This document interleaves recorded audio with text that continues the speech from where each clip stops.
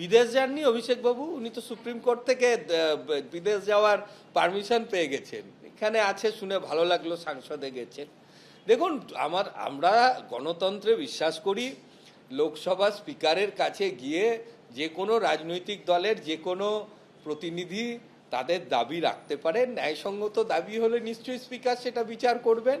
এবার অভিষেকবাবু কি চাইছেন সেটা অভিষেকবাবু বলতে পারবেন। 20 জন এনসিপিআই সাংসদকে বরখাস্ত করার দাবিতে লোকসভা স্পিকার ওম বিড়লার কাছে কালীঘাট তৃণমূল। এই সাংসদদের বরখাস্ত করার দাবিতে যে আবেদন জানানো হয়েছিল তার কি হলো? লোকসভা স্পিকারের কাছে গিয়ে প্রশ্ন অভিষেক বন্দ্যোপাধ্যায়। লোকসভা স্পিকার স্পষ্ট করে কিছু বলছেন না। 3 মাস পেরিয়ে গেলে সুপ্রিম কোর্টে যাব, বৈঠকের পর জানালেন সাংসদ অভিষেক বন্দ্যোপাধ্যায়।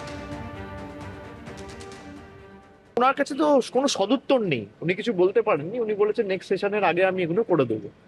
আমি বললাম এই সেশন তো দেখতে দেখতে হয়ে গেল। আমরা তো এসছি জুলাই মাসের 22-23 তারিখ, আজকে প্রায় আগস্ট মাসের 12 তারিখ। 20 দিন ধরে তো আপনি কিছুই করলেন না। ওনার কাছে কোনো সদুত্তর নেই। আপনি হয় তাদেরকে এনসিপিআই রেকগনিশন দিয়ে দিন। আপনি রেকগনিশনও দিচ্ছেন না। আপনি রেকগনিশন দিলে তৃণমূল পার্টি বা তৃণমূল কংগ্রেস অফিসিয়ালি এটা চ্যালেঞ্জ করে হাইকোর্ট সুপ্রিম কোর্ট যেতে পারে।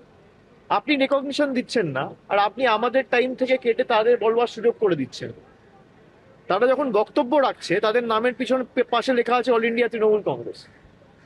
10 শিডিউল যদি আপনি দেখেন তাহলে ডিসকোয়ালিফিকেশন ছাড়া আর তো কোনো উপায় নেই। তো আমরা এটা জুন মাসেও যখন ডিসকোয়ালিফিকেশন পিটিশন ইন্ডিভিজুয়ালি 20টা মুভ করা হয়েছিল তখনও স্পিকারকে বলেছিলাম। আজকে প্রায় 2 মাস হয়ে গেল, কোনো সদুত্তর নেই। আজকেও একই কথা বলেছি। এবং সুপ্রিম কোর্টের একটা অর্ডার আছে যে 3 মাসের মধ্যে স্পিকারকে বিবেচনা করতে হবে। স্পিকার যদি বিবেচনা না করে তখন সুপ্রিম কোর্টের হস্তক্ষেপ আমরা দাবি করব। সংসদ ভবনের যে কার্যক্রম সেটা সম্পূর্ণভাবে মাননীয় অধ্যক্ষের হাতে।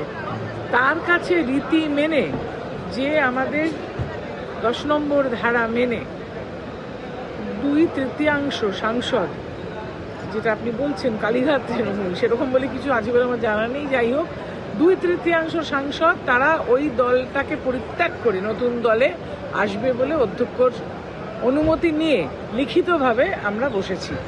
সেখানে যদি কেউ মনে করেন যে তিনি প্রতিবাদ করবেন, প্রতিবাদ করাটা তার অধিকার, প্রতিবাদ তিনি করতে পারেন, কিন্তু ফলপ্রসূ হবে না। বরঞ্চ তারা এখন পিটিএবল কন্ডিশন ইংরেজিতে বলে না, ভেতরে 2 জন আছে, হ্যাঁ, এবং আর কেউ নেই। তাহলে তারা বাকিরা কোথায় গেলেন এবং ওনাদের দলটা কি হলো সেটা ওনাকে ভাবতে হবে। বিদেশ যাননি অভিষেকবাবু, উনি তো সুপ্রিম কোর্ট থেকে বিদেশ যাওয়ার পারমিশন পেয়ে গেছেন। এখানে আছে শুনে ভালো লাগলো, সাংসদে গেছেন। দেখুন, আমরা গণতন্ত্রে বিশ্বাস করি।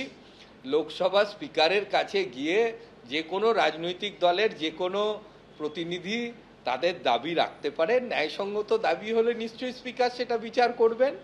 এবার অভিষেকবাবু কি চাইছেন সেটা অভিষেকবাবু বলতে পারবেন। এবিপি আনন্দ, এগিয়ে থাকে, এগিয়ে রাখে।